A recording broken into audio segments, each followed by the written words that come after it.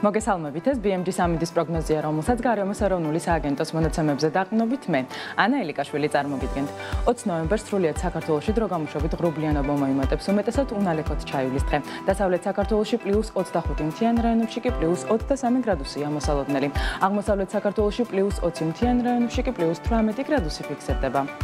რუსთავში +17, მარნეულში +16, თელავში ასევე +17, სიღნაღსა და ომალოში +16 გრადუსი, ლაგოდეხში +13, ცხინვალში +15, გორში +17 გრადუსი ფიქსირდება.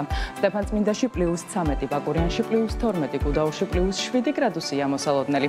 ბორჯომში +19, ახალციხეში კი +15 გრადუსი უნდა ველოდოთ.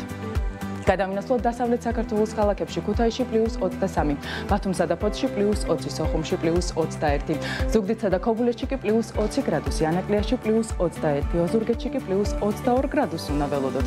რაც შეეხება დედაქალაქს თბილისში ჰაერი +17 გრადუსამდე გათბება. ასეთი გახდათ ამინდის პროგნოზი საქართველოში 20 ნოემბრისთვის. დარჩით BMG-ზე და თვალყური ადევნეთ ყველაზე საქმიან ამინდის პროგნოზს, რომელსაც თის წყალთან ერთად წარმოგიდგენთ.